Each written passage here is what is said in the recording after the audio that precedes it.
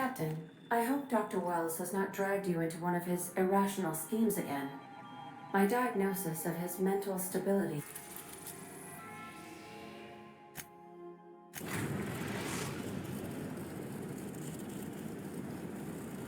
We have arrived at the Hope.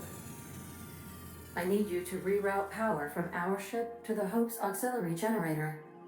You'll have to connect me to the Hope's comm system so I can convince her central computer to enable the skip drive.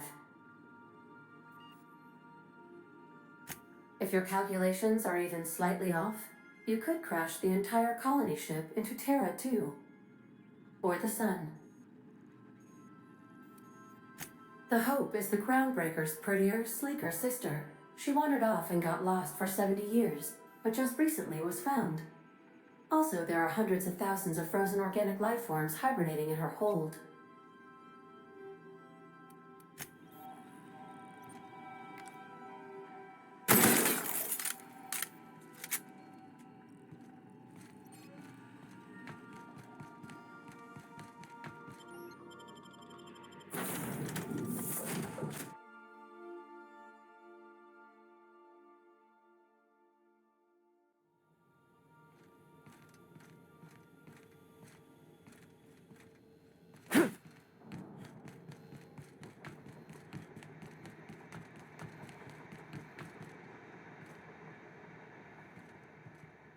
Quietly now.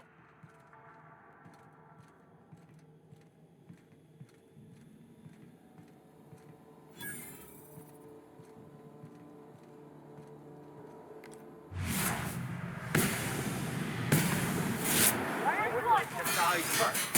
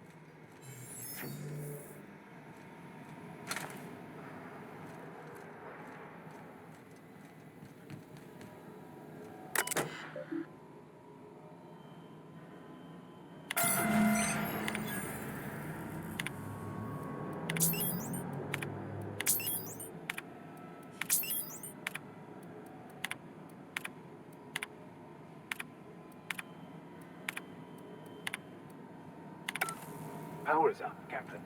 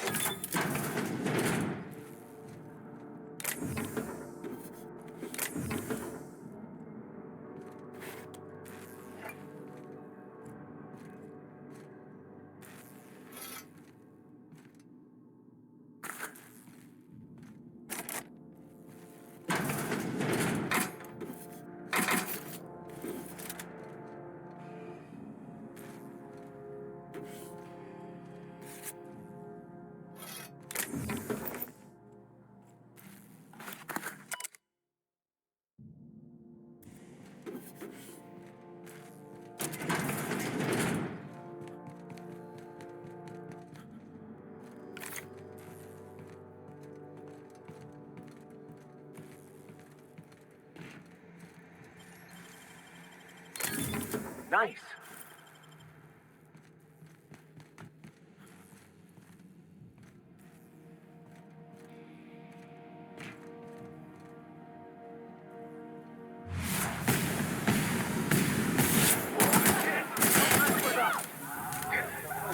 A fight.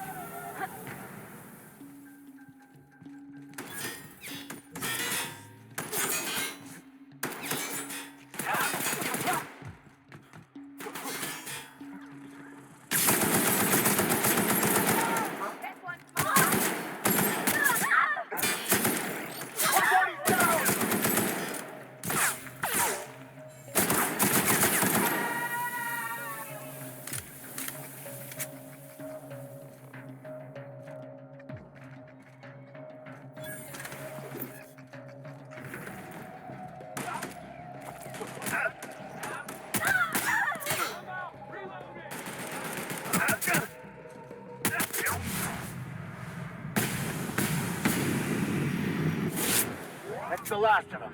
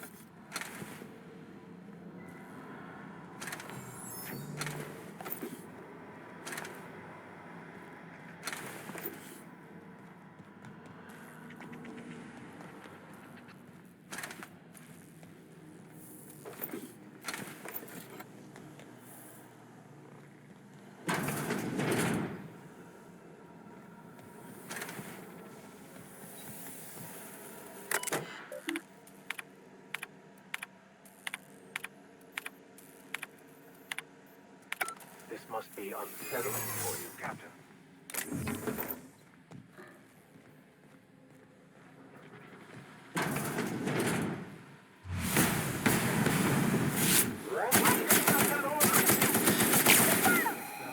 Beginning security patrol.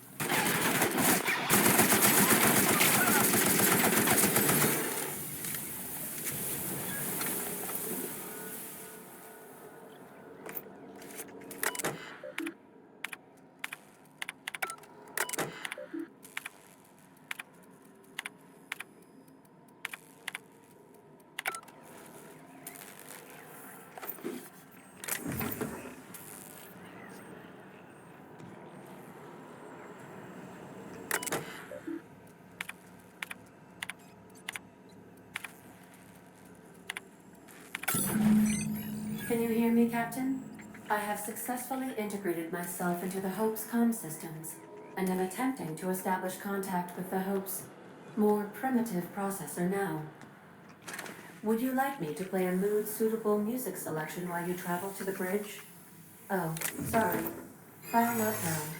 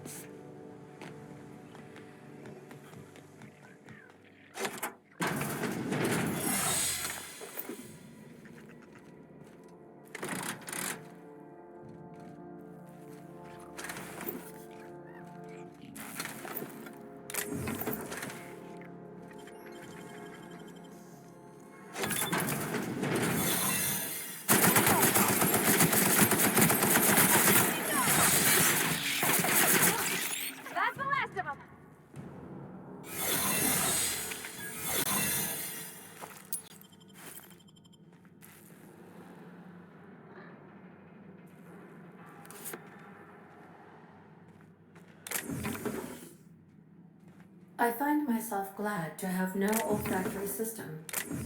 Oh, oh gosh. I'm gonna be sick.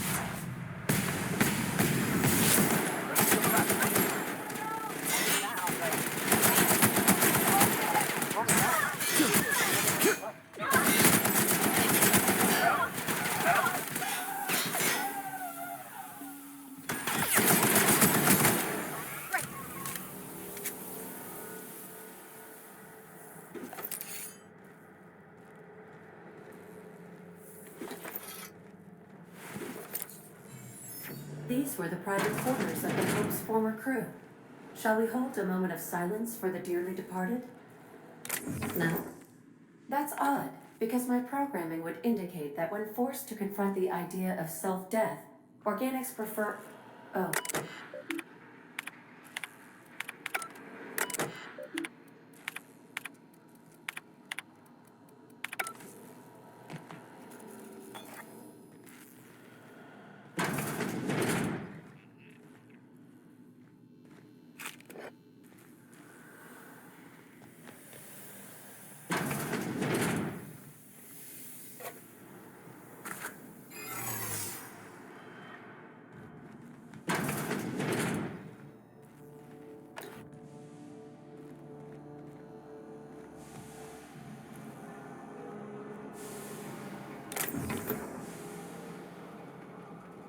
Okay, calm quiet.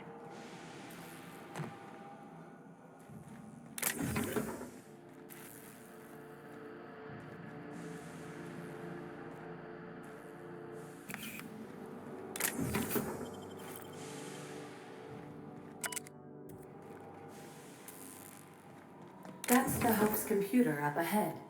I'll admit, I am curious to wake him. Well, at the very least, this should be interesting.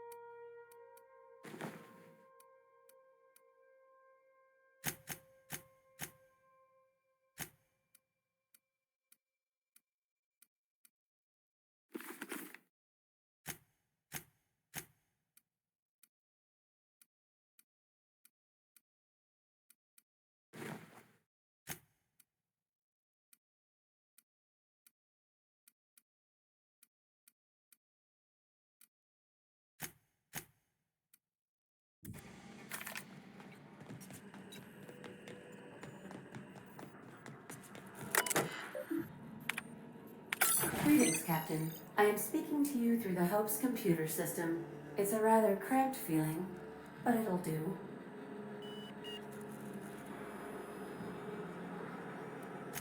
Probably not, but don't let that stop you. My Constellation executables could use some beefing up. Searching. Please stand by. Ah, found one. It will go great, Captain. I am almost 4.01% certain we will not die. Wait, are you leaving me with the Hope's computer? You have no idea what it's like to converse with him. Imagine, simulate another organic jostling your circuits when he tries to...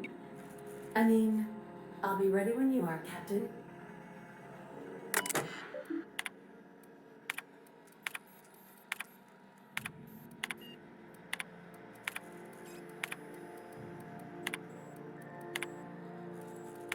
Are you sufficiently prepared for the task at hand, Captain? Are we doing this now? Are you sure? That is extremely dangerous. Skipping the Hope will void the warranty on the skip drive. And also potentially kill an entire planet. How is my humor now, Captain? Improved? Jump-starting the skip drive. Destination set to the rings of Terra 2.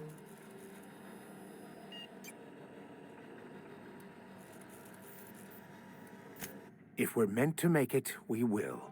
No use worrying otherwise. Doing it. Affirmative. Skipping the Hope in 3, 2, 1. ADA, does your captain seriously intend to do a micro-jump in system with engines that haven't been powered in 70 years on a derelict ship? That is what my captain intends, yes. But that is a gross misuse of the skip drive. The Zero Point Drives Corp and I will not be held responsible for any damage incurred during transport, and this will cause extreme damage. Yes, I am aware of that. You should not be doing this. The humans will die. Thank you, Hope. It looks like all systems are go. Captain, I would advise you to hold on to something. Now.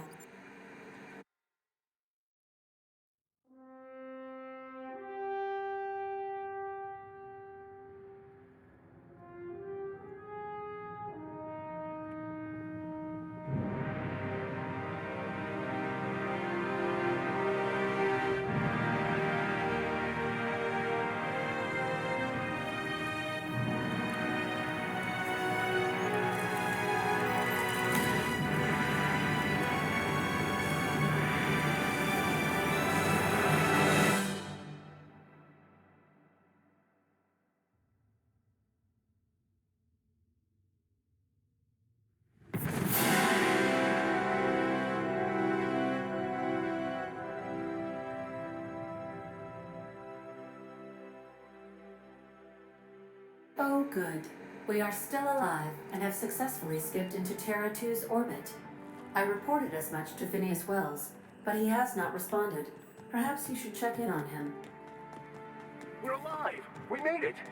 I never had any doubts.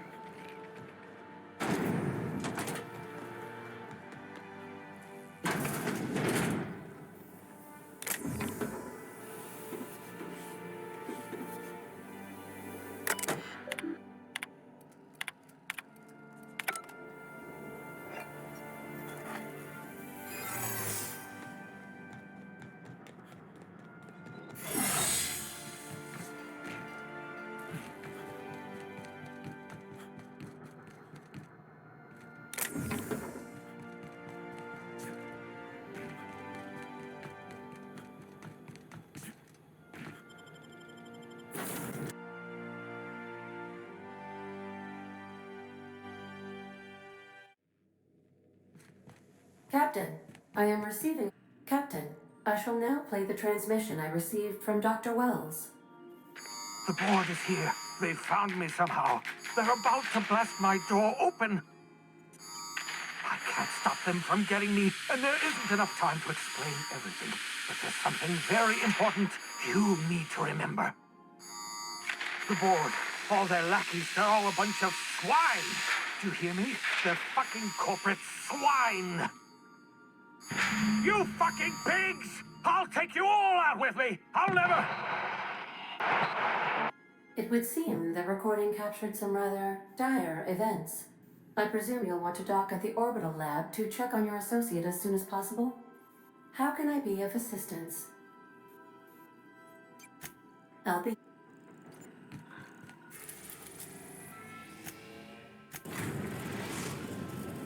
We have successfully arrived at Phineas's orbital lab, Captain, and we are still in one piece.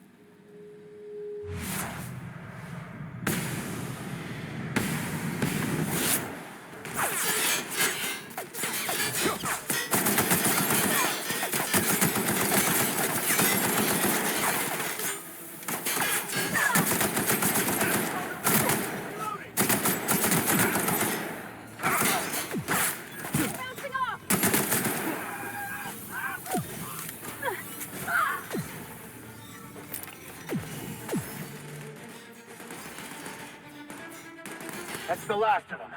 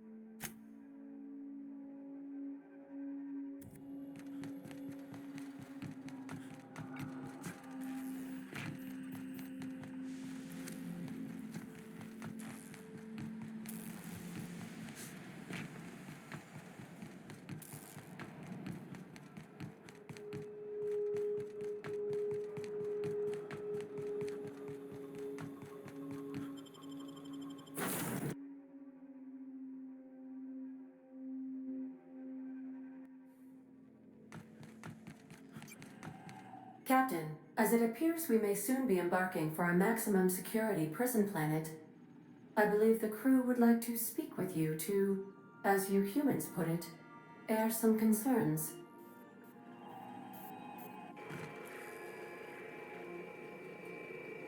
So, Phineas got himself taken to Tartarus. That's usually a one-way trip. Mr. Phineas is just about the only person with power trying to do any kind of good in Halcyon. We gotta bust him out. To extract the scientist, you will need to infiltrate the labyrinth. But that course of action is likely to be quite dangerous, Captain.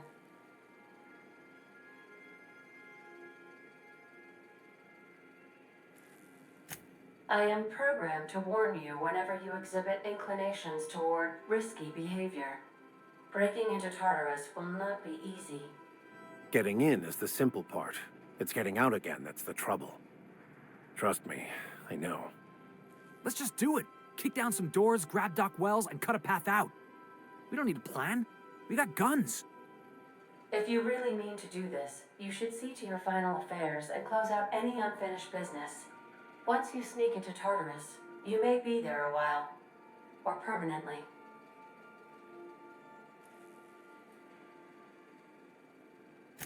If we don't make it, at least it'll be a great story. Got my trusty tossball stick. Got my ass-kicking boots. I'm ready, boss. Outstanding. You can count on us, Captain. We're crew. For real crew. That means we got each other's backs. Right? Never thought I'd volunteer to break into a prison. Seems like your tendency towards risky behavior is rubbing off on me, Captain. Waiting on your command, Captain.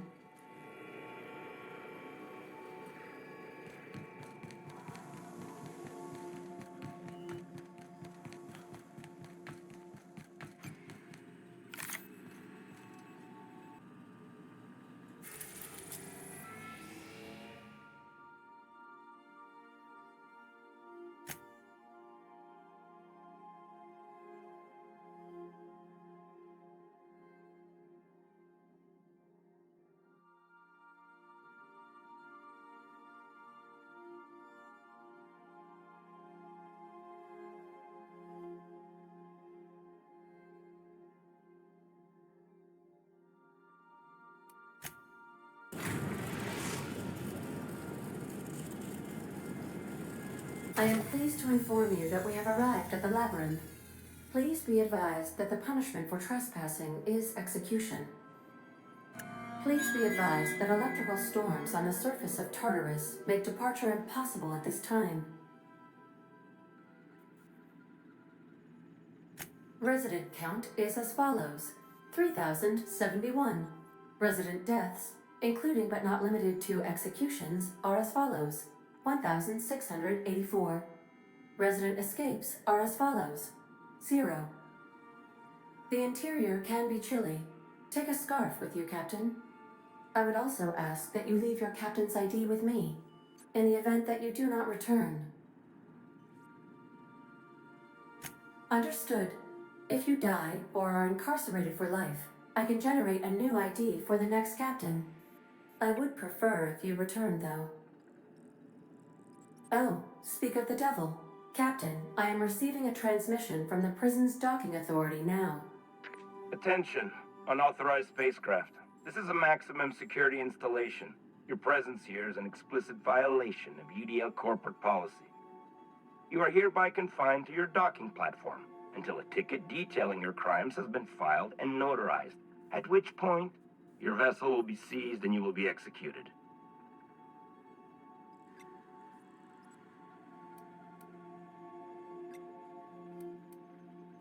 I wager it'll take a bit longer than it takes you to lose your patience and storm out of your ship looking to get shot.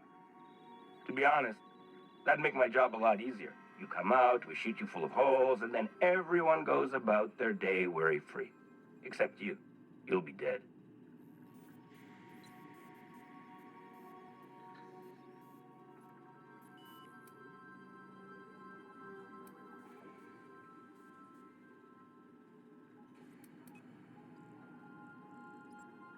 All right.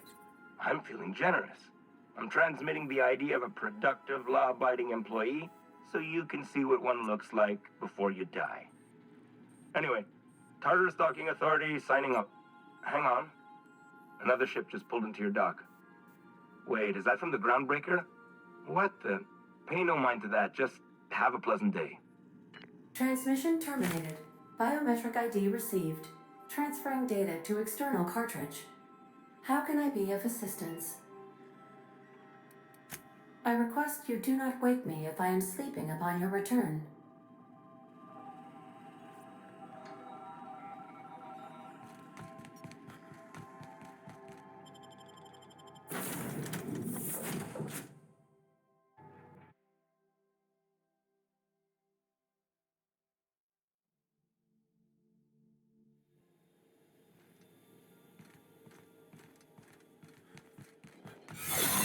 The captain did right by us once. Now it's ours.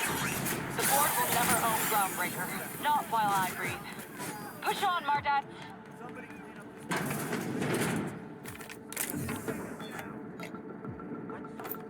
I'm gonna take a look.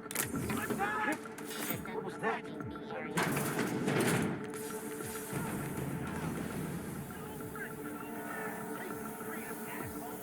Finally out.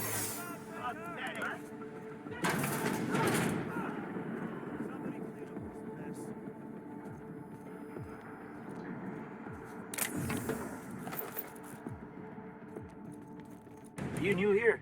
I didn't think we were hiring more staff.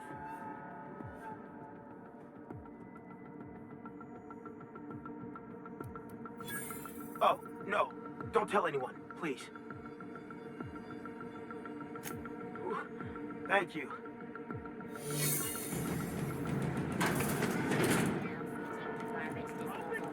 Pathetic.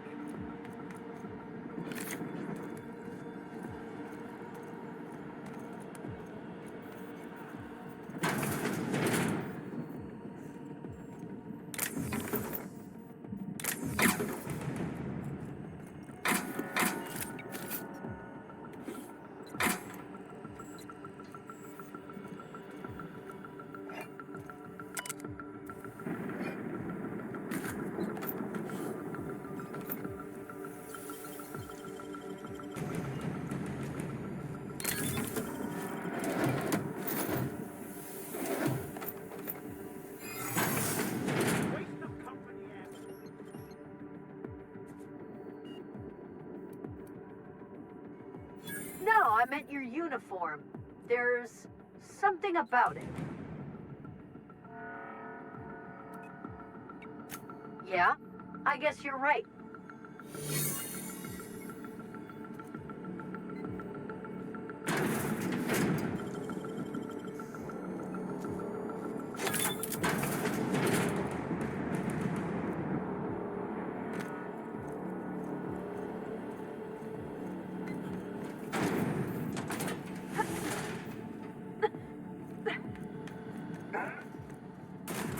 Call this place the Labyrinth. Perhaps we should all meditate on that as we make our descent. This might be the loneliest place in the whole system.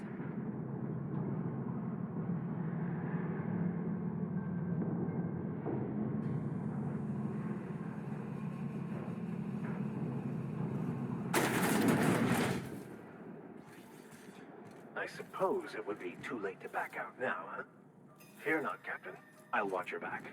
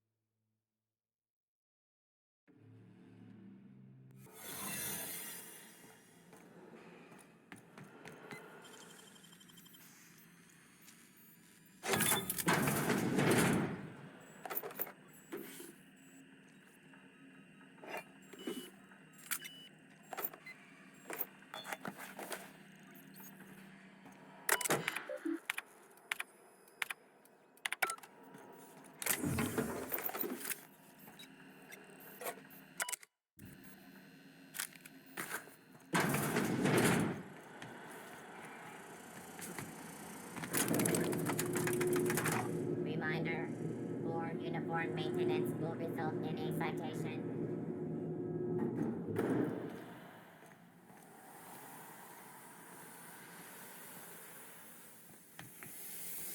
Are you new here? I didn't think we were hiring more staff.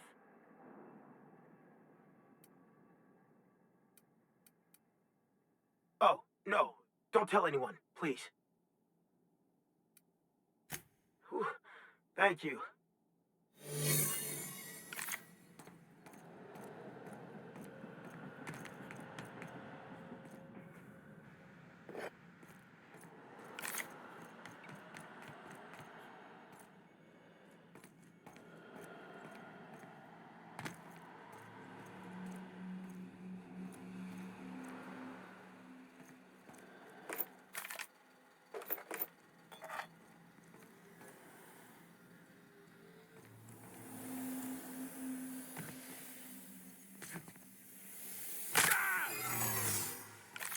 What? What was that?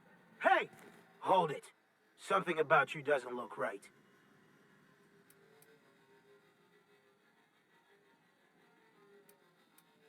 No, I meant your uniform. There's something about it. Yeah, I guess you're right.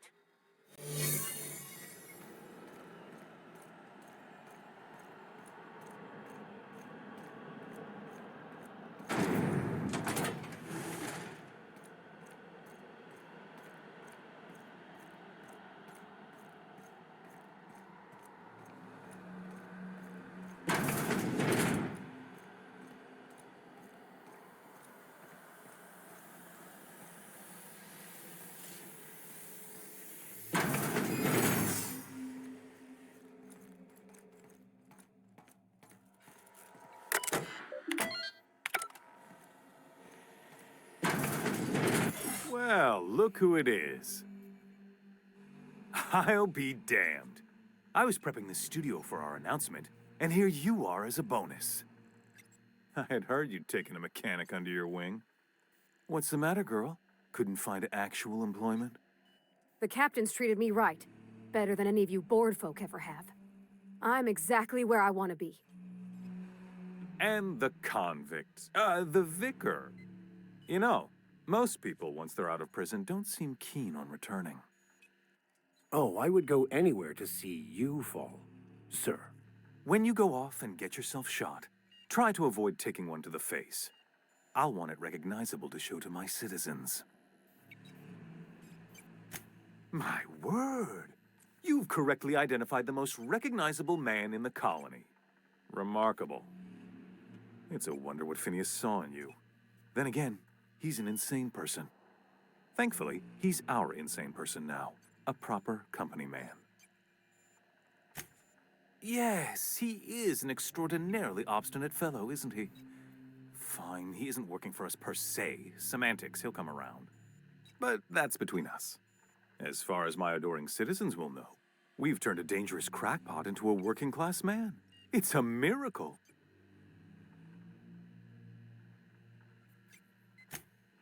Oh yes, go on, wake them up, add more mouths to feed. That'll solve our starvation problems. I don't know what half-baked plans that simpleton in a lab coat has been leading you through, but it's done. It's over. Let me ask you something, Captain. Have you at any point thought about not fucking up our entire society? I believe we could ask you the same. I'm making actual progress towards stabilization and recovery. You're just getting in the way.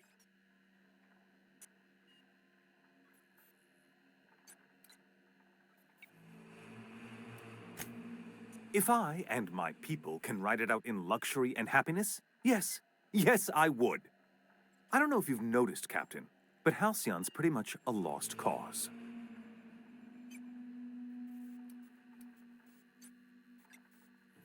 I'll admit, there's no shortage of talent in the scientists and engineers there. Look, I'm not an unreasonable man. If you manage to storm the castle, as it were, and make it out of here with Phineas alive, I can't exactly afford more havoc than you've already caused. Fine. If you survive, you'll need someone to sell the rest of the board on your plan.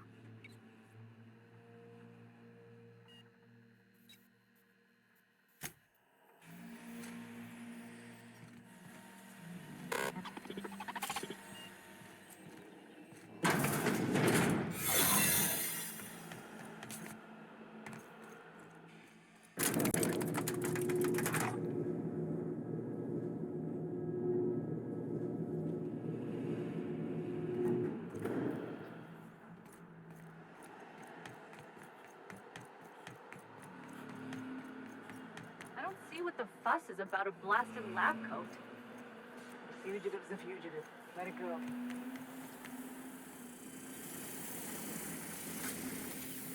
Work unexpected noise identified.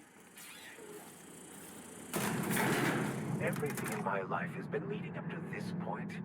I believe I am ready for this. Never come to these. Who you are. Captain, you have an uncanny talent for complicating my life. You've disrupted the balance of power. You've upset the natural order of things. You've introduced uncertainty, and there is nothing I despise more than uncertainty.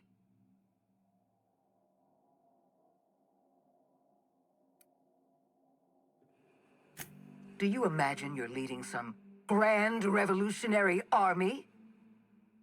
I never imagined I'd see the day the Mardettes assaulted my prison. Yet here we are. You're nothing but a rabble-rouser. I'm going to put an end to your little rebellion, and then I'm going to have you and your associates arrested.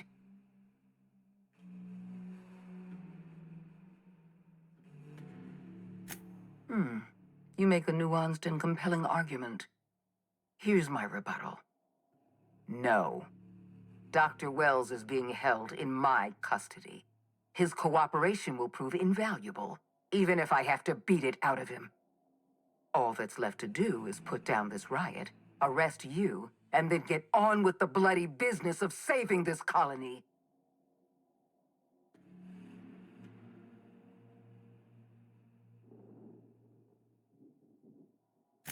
Fair enough. I'm giving you exactly one chance to parley with me.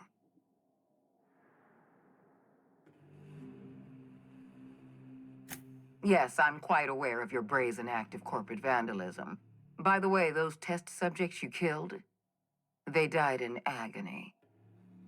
My scientists assure me they can recover the data you've destroyed. You've succeeded in temporarily delaying our research. Nothing more.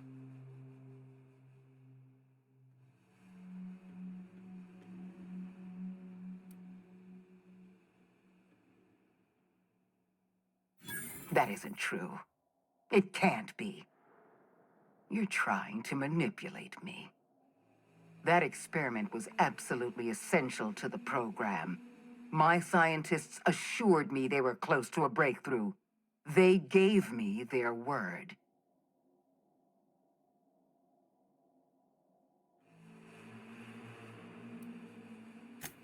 Damn you. You are telling the truth. My scientists have been lying to me, and I was stupid enough to trust them at their word. We're going to have to start all over again. All that research, all those experiments. You've set us back decades. You were always an unknown variable. I tried to recruit you, but you threw your lot in with that madman, Phineas Wells.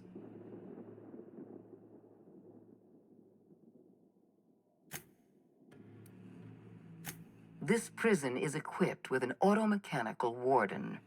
I've had it programmed to eliminate you on site and rinse your remains down a drain. And don't worry. I will inform Dr. Wells that you died heroically, or something.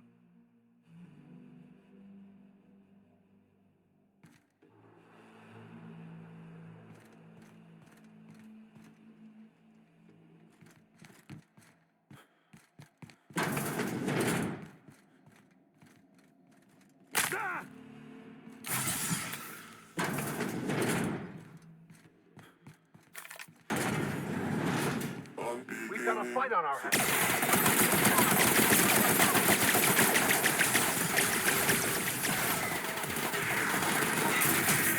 I've had quite enough of you!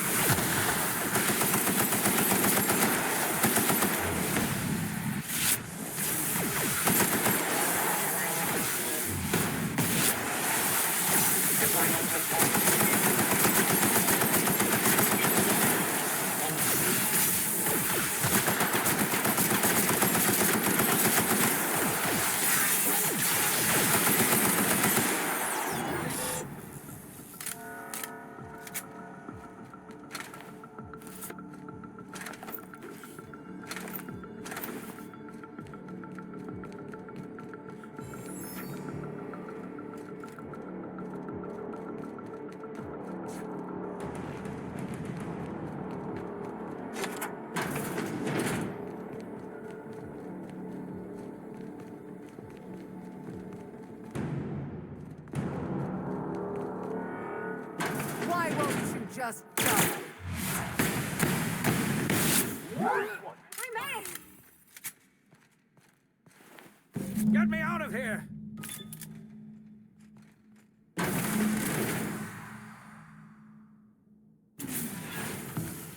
You don't know how glad I am to see you.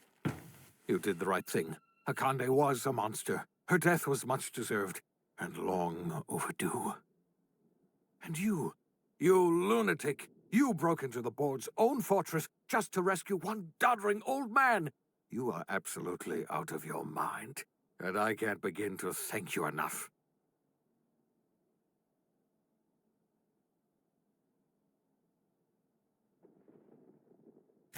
I'm all right, thanks to you.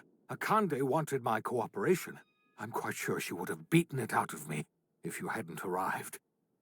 You've broken the board's stranglehold on this colony, and you saved my life. But there's still so much we have yet to accomplish. You and I are going to have to work harder than ever to save Halcyon. I'm afraid the situation is far worse than any of us ever anticipated.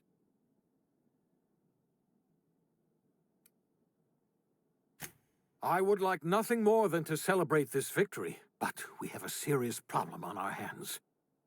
Earth has gone dark. We haven't received a single message in 3 years. There's been no communication, no signals, nothing. 2 years ago, the Earth's Directorate's frigate disappeared on their way back to Earth. We don't know what they discovered when they arrived, or if they arrived at all. First the food supply, and now this. That's it. I'm done. There is no plan, just random chaos. You're experiencing a crisis of faith, Preacher. Don't worry. That just means you're paying attention. You mean we're all alone out here? Really alone? I'm afraid so, Miss Holcomb. Halcyon is the only home we have left. Returning to Earth is no longer an option. We're in serious trouble, my friend. Do you know what this means for Halcyon? We can't rely on Earth for support anymore. We've been cut loose. We're entirely on our own.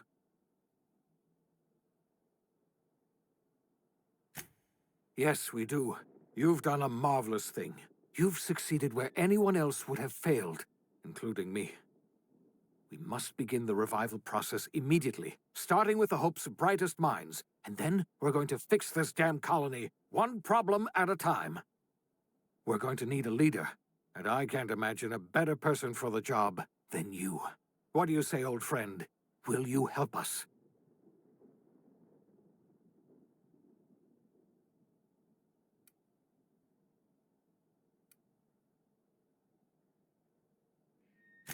I can't tell you how glad I am to hear that. When I revived you, I thought we were going to save this colony all by ourselves, but I was wrong. We can't save Halcyon on our own. We're all going to have to pull together, somehow. We are not a colony anymore. Our last connection to Earth has been severed. I don't know if we'll survive, but we're going to have to try our best.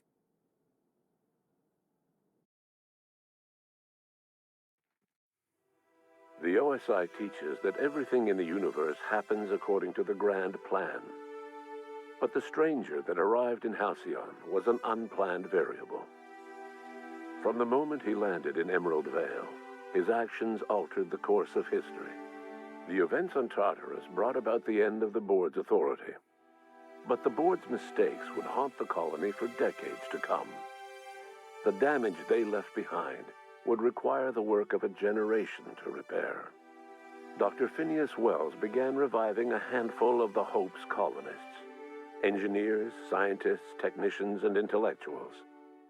They were among the brightest minds the Earth had ever sent out into the stars. The Hope scientists and engineers woke up in a colony descending headlong into total collapse. With no way to return to Earth, they had no choice but to band together and devote themselves to the cause of saving Halcyon. The people of Halcyon were nothing if not hardy.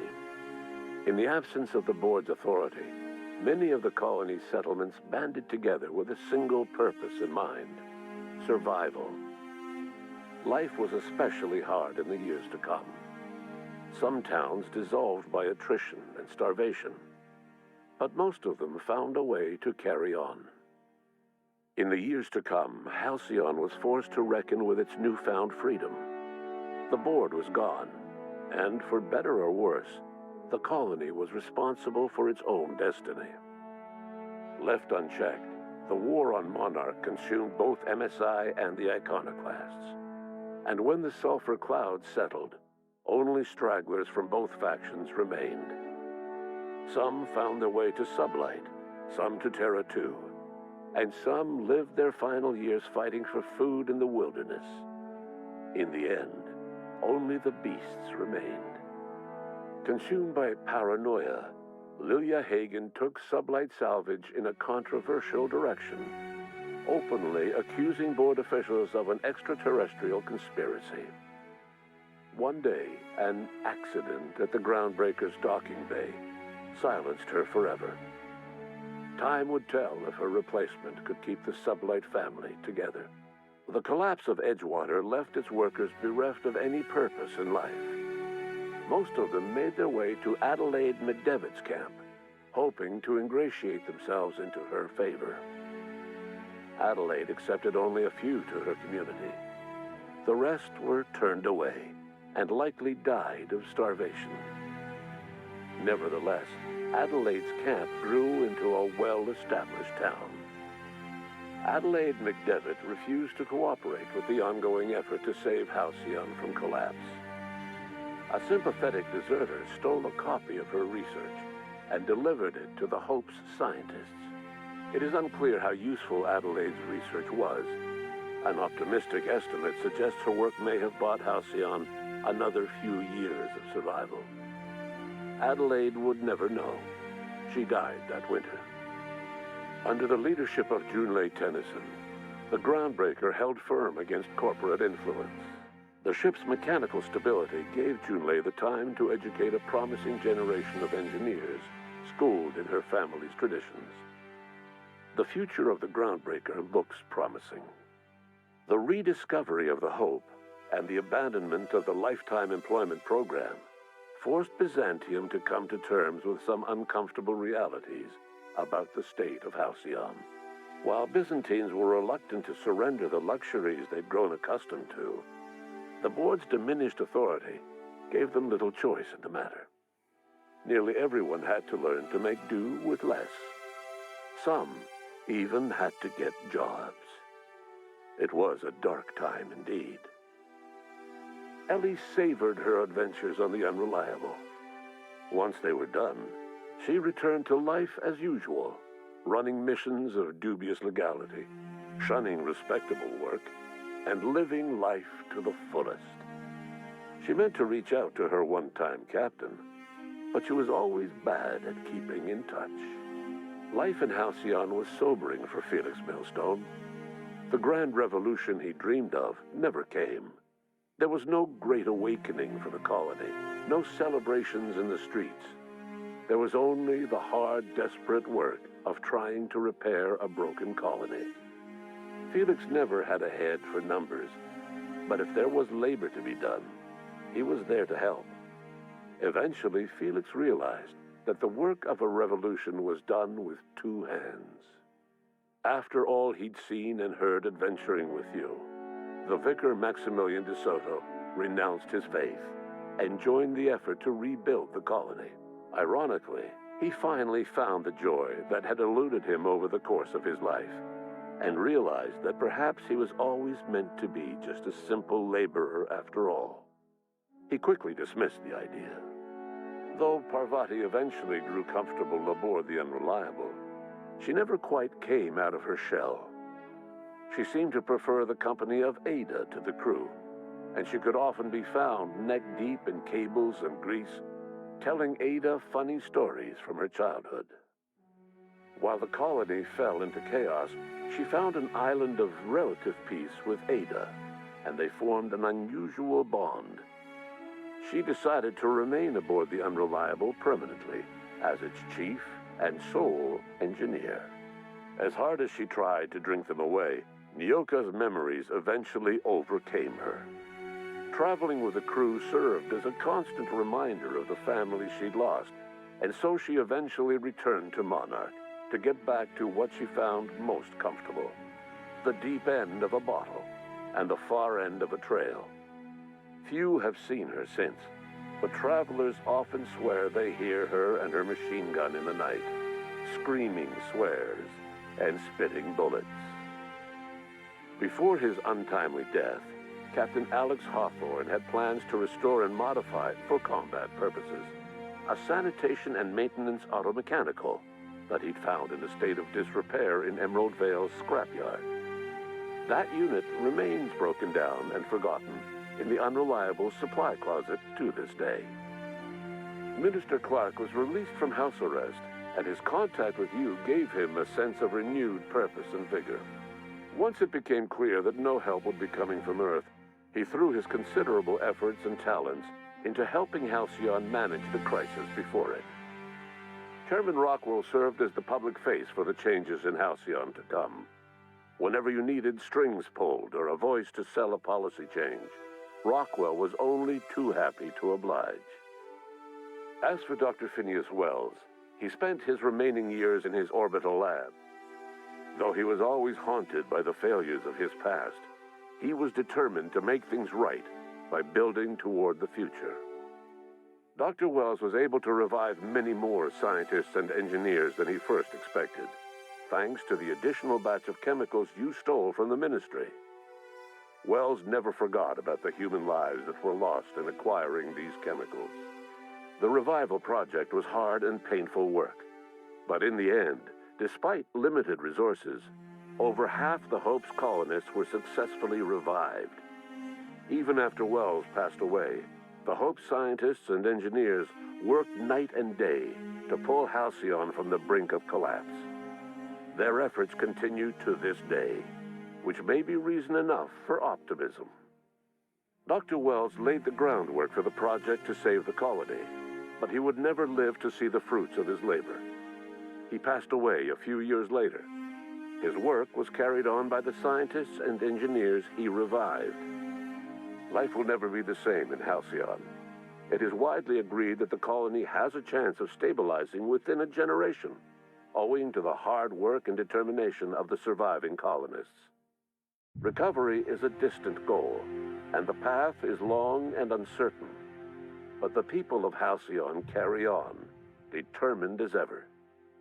And what about you, the unplanned variable in the history of Halcyon? Long after Wells passed away, you carried on his work with more energy, determination, and brilliance than he could ever muster.